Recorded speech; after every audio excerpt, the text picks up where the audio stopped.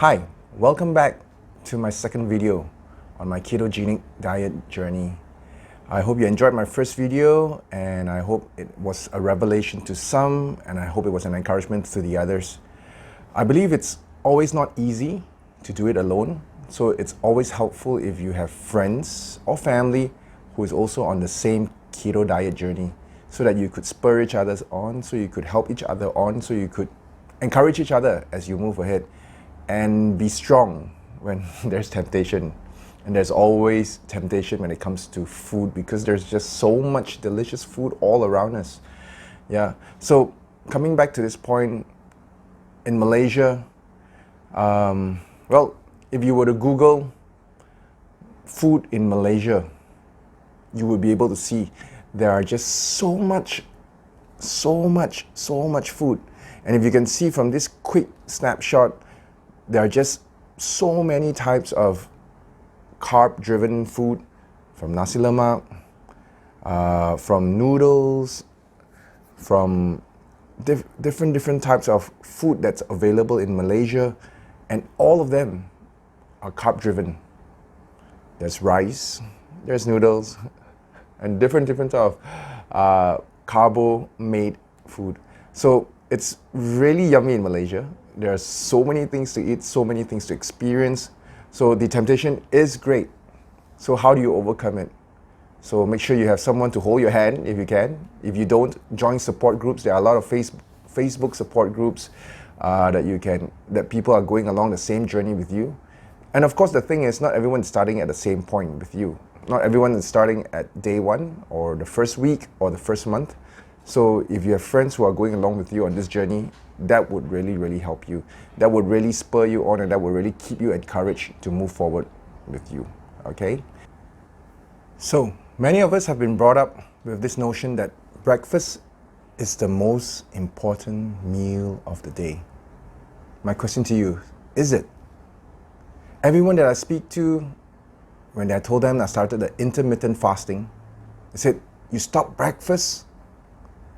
How could you stop breakfast? Breakfast is the most important meal. There's this saying that goes around. I'm telling you, from the youngest to the oldest person that I've spoken to, everyone keeps saying that. How could you skip breakfast? How could you skip breakfast? So the question back to you is it really the most important meal of the day? In this last 3 months, I have skipped breakfast. When I started the intermittent fasting, it took me 16 hours of fasting from dinner, my last meal, which normally finished 8+, and until lunch the next day, when I start eating again at 12+. And in this period of fasting, your body will use your fat as fuel and just burn very efficiently, and keeping you really losing weight fast and quickly. So is breakfast the most important meal of the day? No, it's not. No. All right, there are many theories out there, and there are many people who have said that it is. In the last 3 months, I just had lunch and dinner, 2 meals a day, and I did the intermittent fasting, and I wasn't hungry at all. At times when I was really craving for a little bit of food, or maybe perhaps my stomach seemed to be not used to the fact of not eating breakfast after so many years of eating breakfast, just drink some water. And that's all I had, really. I did not snack on any other things. I just had water, and then I just carried on. In the intermittent fasting, there are several points that can be changed, where you could do a 12-hour fast, a 16-hour fast, or a 20-hour fast. I opted for the 16-hour fast because I thought that was pretty decent. You would be able to just stop at dinner as your last meal and start again lunch. So from lunch to dinner, you would have that hour that you could actually have your lunch and dinner, and also snack in between if you really needed to, but you actually did not need to, because you would be full. And the fats that you eat, the proper fats that you eat, will actually surround your stomach with the proper nutrients and to keep you full throughout the day. I look big, but this body did not need to have so much food that I don't have enough food.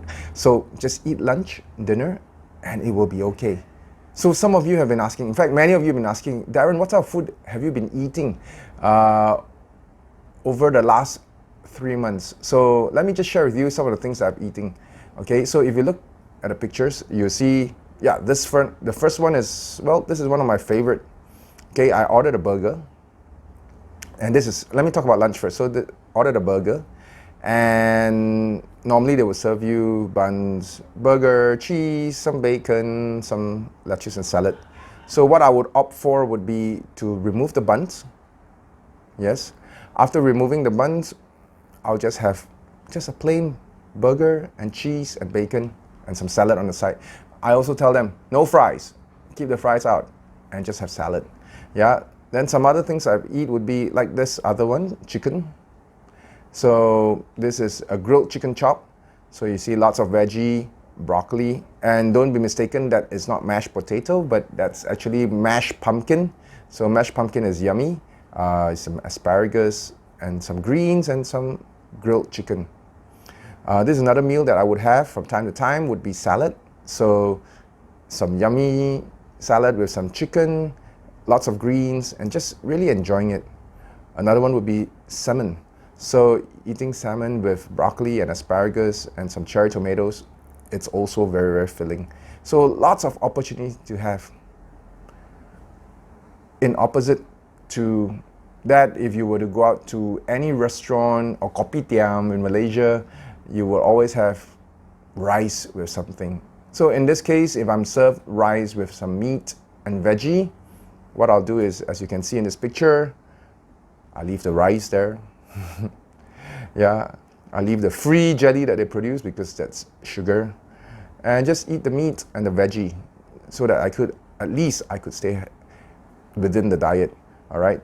Or in another meal, sometimes they would have pork or veggie and rice and soup, and yeah. So this is where you make the discipline to not eat the carbs and just stay with the protein and the fats, so to keep it going. Yeah, so for lunch, that's exactly what I've eaten over the last 3 months. I would call it like a cycle menu, where every day I would eat a different one, and then I'll just cycle back to the same one after a certain period of time. This to make sure that you don't get bored of eating the same food every day. And this gives you a little bit of taste and variety in your options of eating, but maintaining and staying within the diet. So that's for lunch. How about dinner? So dinner, this is what I'll eat. In fact, I ate this almost every day. I had lots of salad. So that was getting used to eating salad because I normally don't eat salad. Yeah, so having to enjoy salad, and of course some meat. So in this case, I use pork. We bought pork shoulder, pork loins, pork belly, and we would just fry it simple using coconut oil. Yeah, and putting cheese, different types of cheese that would really help supplement it. Putting egg, Greek cheese, just to put in the fats. If you want, add a little bit more butter. I've also bought cheese to put on the meat itself. And for what sauce would I put on the salad? I would normally use ranch. Okay, so the ranch sauce is the best, most fattening, that would keep you going. So dinner meals are pretty good. There's also the opportunity where sometimes we would cook, we made our own burger at home. So some beef patties, some eggs, some cheese, and then just lettuce to put as buns. So these are the opportunity. Or sometimes lunch on the weekends, it would just be sausages, bacon, and egg with cheese. It's just to supplement all the different types of food I eat. So for dinner, I was a little bit more cautious, and I just kept to the same food for almost 2 months. Yeah, so I just ate the same thing over and over again, just not to make sure that I didn't go off the keto diet. And it really worked, because the weight just kept going and going and going and just dropping. So as I mentioned, the first month I lost 7 kg.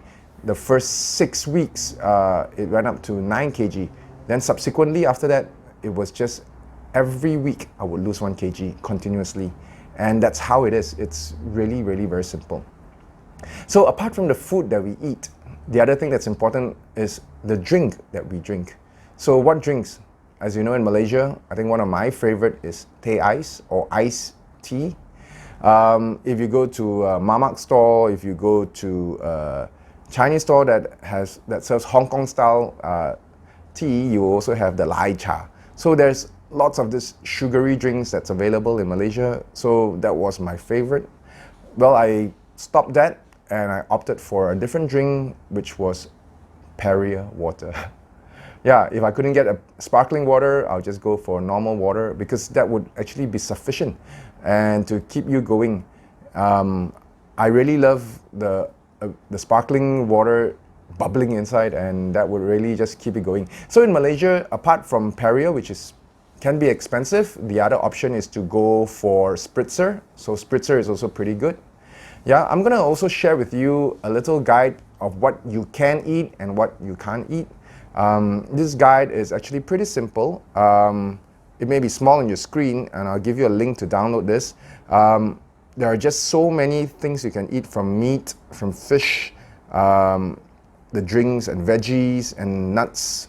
For fruit, basically you cannot eat the normal fruit because of fructose, so you normally eat berries.